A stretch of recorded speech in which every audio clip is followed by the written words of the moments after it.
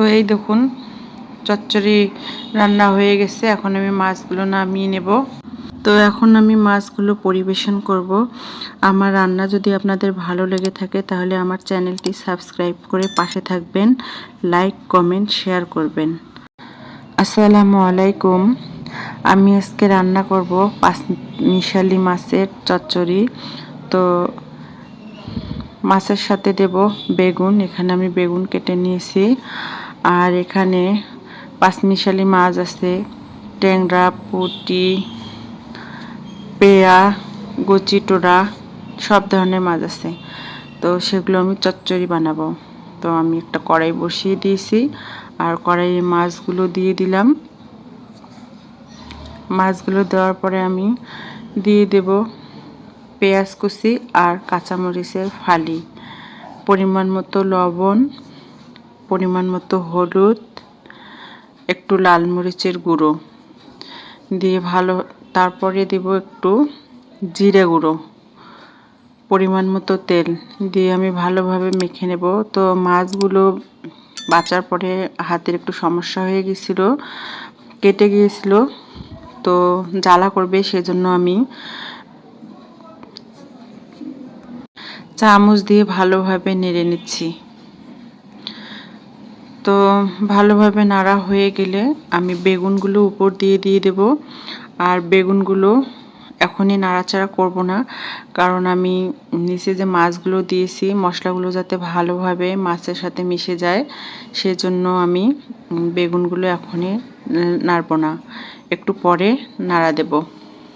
তো আমি সামান্য পরিমাণে পানি দিয়ে দিলাম, দিয়ে আমি বসিয়ে দিলাম আর ঢাকনা দিয়ে দিলাম।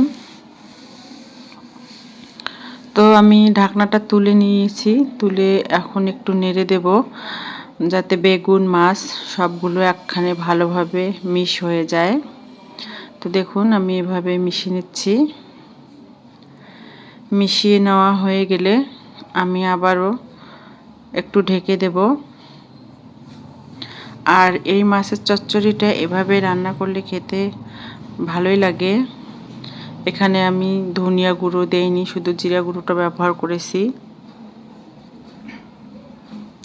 তো ঢাকনাটা আমি তুলে নিয়েছি, তুলে নিয়ে আবারও একটু নেড়ে চেড়ে দেব যাতে বেগুনগুলো সিদ্ধ হয়ে আসে।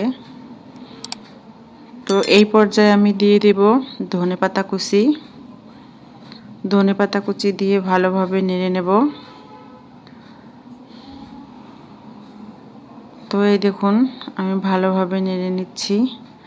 নেড়ে নেওয়ার পর আমি আবারও ঢেকে রেখে দেব 10 মিনিটের জন্য, কারণ আমি এটা একবারে ভাজা করব না, আবার ঝোলও রাখবো না, মাখো মাখো রান্না হবে চচ্চড়ি।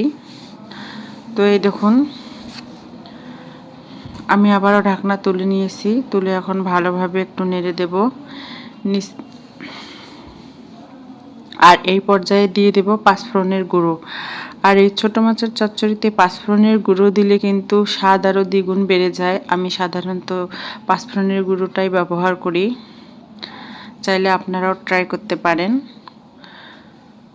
তো এভাবে ভালোভাবে নেড়ে নিচ্ছি। দেখুন চচ্চড়িটা হয়ে এসেছে। আমি আরও একটু জাল করে নেব।